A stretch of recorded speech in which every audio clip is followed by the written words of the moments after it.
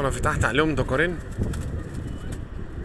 عشان يأسسوهم معاهم يجروهم، لان انا فتحت لهم قبل كده معاهم الدكارين دول بيطيروا قدامهم، بيشدوا فيهم كويس، بيخلوهم يفتحوا سكة.